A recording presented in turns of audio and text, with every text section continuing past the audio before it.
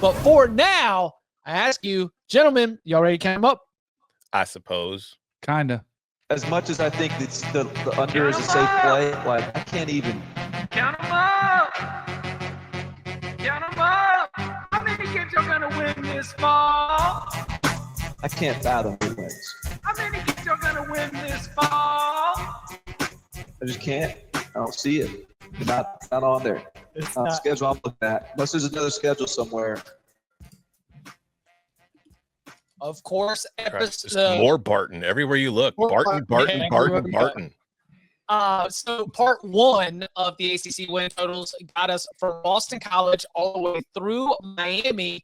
That means that we will begin this edition with the North Carolina Tar Heels. When Big Brain Bill Belichick was just little Billy, he told us that his first words were beat Duke. Okay, we'll see if Duke is one of your wins on the board. FanDuel Sportsbook, where you can make every moment more, has the Tar Heels at 7.5, over plus 136, under minus 164. Tom, I'll let you get first crack at this one. What are we doing with the boys in Sissy Blue? Well, I'm hoping Jordan can lead them to victories here because I've got them going slightly over. I think that, there's obviously a lot of attention on this team in the offseason for all the obvious reasons. But as far as the football team is concerned, I think the schedule is playing more of a role in my thought process than anything else. Like, I think they'll be fine. I think they're in that middle tier of the ACC, but, they get TCU to open the season, which will be a tough game. But then you've got Charlotte on the road again because there goes the ACC playing G5 teams on the road because, damn it, that's just the right thing to do, apparently. They get Richmond. Those should be 2 wins. UCF could be very bad this year. So I think going on the road is never easy, but I do think that's a game North Carolina can win. Clemson, you're going to lose. At Cal, you should win. Virginia, you can win at home. At Syracuse, we'll see. Stanford should be an easy win. At Wake can be a win. Duke at home will be tough. NC State on the road will be tough. But at the end, I just come to a team that is going to be 8-4, more likely than not, than 7-5. So I have a very, very, very slight lean to the over here.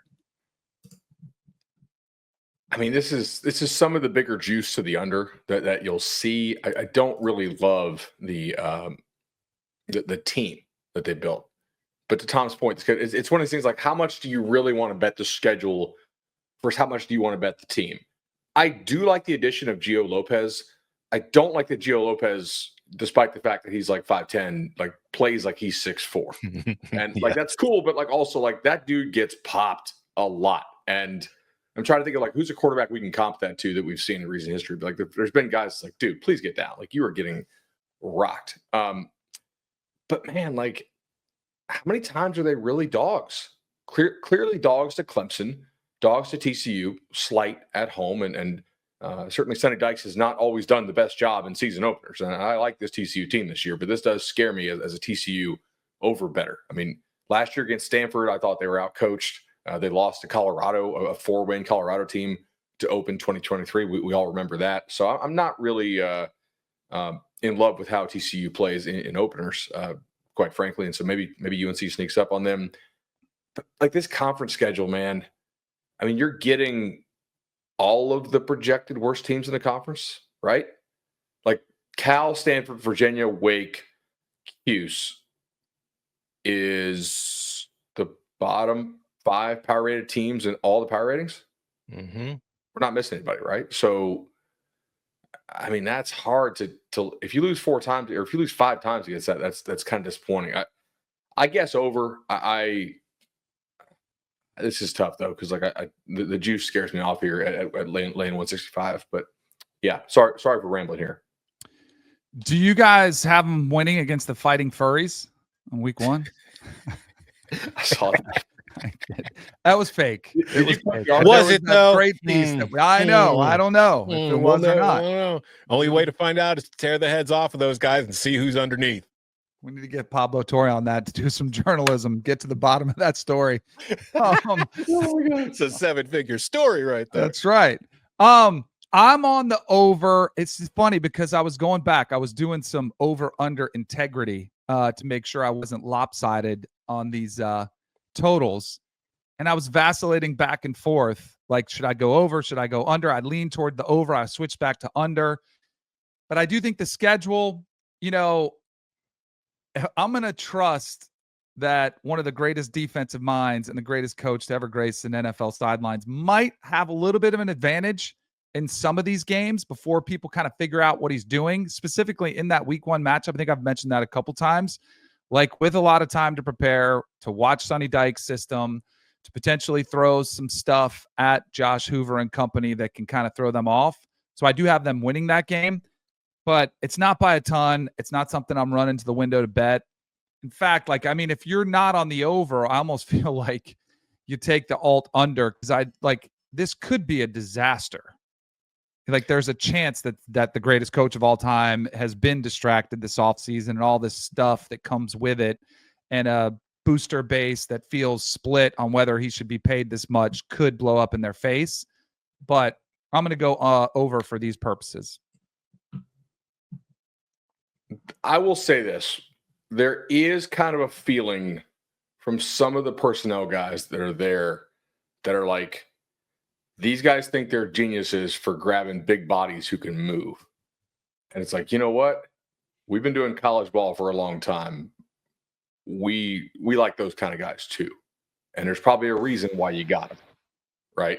In some cases. So I know there's some of that's probably sour grapes, and some of that's maybe healthy skepticism. I don't know where we fall on that, but they have been adding more college guys to the staff, which I think Carolina really needed to do. So that's probably smart, but we won't see that impact until the next cycle. Are we good? Have I gone on robot, or is it still doing better now? You're definitely a lot better than you were a couple minutes ago. I saw Trip Tepper in the tailgate. He's obviously in Raleigh as well. We are having in his words, a biblical downpour right now. Just massive, just getting dumped on. So I've got my hot spot ready. If I need to pivot, y'all let me know. We can switch up connections. I am disappointed that the furry thing is fake. Yes. Yeah. Me too. You need to point out it's fake. We don't want a McAfee moment. Right. But, I mean, what is Josh Hoover going to take? Is his dad going to take legal action against us? Hope not. We clarified it. Yeah, but so was it fake that Hoover retweeted it and was like, "Yeah, that's me." Like that was a fake. I think it's entirely photoshopped. Yeah, it was a photoshopped Instagram story. Like by somebody a Baylor took, fan. yeah. Mm-hmm. But then what's hilarious is people kept running with it and finding other photos saying it was him in the same outfit, and that made it even better. Yeah, only college football can. Why is that bunny purple? Connect the dots, people. A couple names for you. Number one, Davion Goss. Why does that stand out? Because he is going to, and get ready for it. So Jeremiah Smith played at Chaminade, right? Yep, he did. Who did he play with? CJ Bailey was a quarterback on that team. JoJo Trader was one of the other receivers. There was, get ready to pull out the team photo when we're having our did you know he played with Jeremiah Smith? I mean, the tentacles go all across the place, but he's a talented running back. And I think that this is going to be his time. This is going to be a North Carolina team that I think will try to run the football, because while they've gotten bigger guys, and I agree with you, Bud, what happens if they're big but can't play? That could be a big problem, or they're big but character issues, or they're big but stability, life issues, or whatever, So I think they run the football. I think their defense has to be better. For 15 years, Larry Fedora, Mac Brown 2.0, North Carolina's defense has been bad, and at times one of the 20 worst in all of FBS. That will get better. So I just think it's going to be a lot of one-score games. That, to your point, Danny, what if all of them break the wrong way? Right. But what if the fact that they're playing these close games and they've got a quarterback with a little bit of mobility and they've got a decent run game and they are able to get on the right side of it? I'm on the over. I think it's interesting. This thing has been hit to the under for a good portion of the summer. Again, I've got these from the article I wrote back in May. Over 7.5 was at -105. Now it's +136. So yeah, I think under was a good bet at -105. Okay, and less so. I was also pleased to see Max Johnson, after 5 offseason surgeries, cleared to practice for training camp, giving a little bit of security in case Gio Lopez does get banged up. Now, totally different style of quarterback, but at least you got some veteran presence there in the quarterback room. Have y'all Is he seen that? going to be? Is he going to be the backup? We think. I would assume so, but that's an assumption. That's basically just because of the playing experience. I just don't have a feel for like how advanced Bryce is for them, the freshman they signed. Yeah, I mean they're excited about Bryce Baker as a player. I don't know if you would throw him in if needed. I think the hope is that Max Johnson would be in there to be your backup quarterback. But again, I think we're talking about an offense. It's mostly going to try to run the football, be physical. Have y'all seen the hype videos for from training camp? I have not. Oh, baby, we're all about physicality. We're all about toughness. I mean, we're just, we're eating rocks in our cereal. It's good stuff. I'm excited for it. Put me down for the over. I think 8-4. Tom, to your point earlier, so many of these games, North Carolina will be a favorite in. So yeah, I'm on that. Give me the over 7.5, especially at plus 136. Has everybody got their picks out? Mm-hmm. All right, we're good.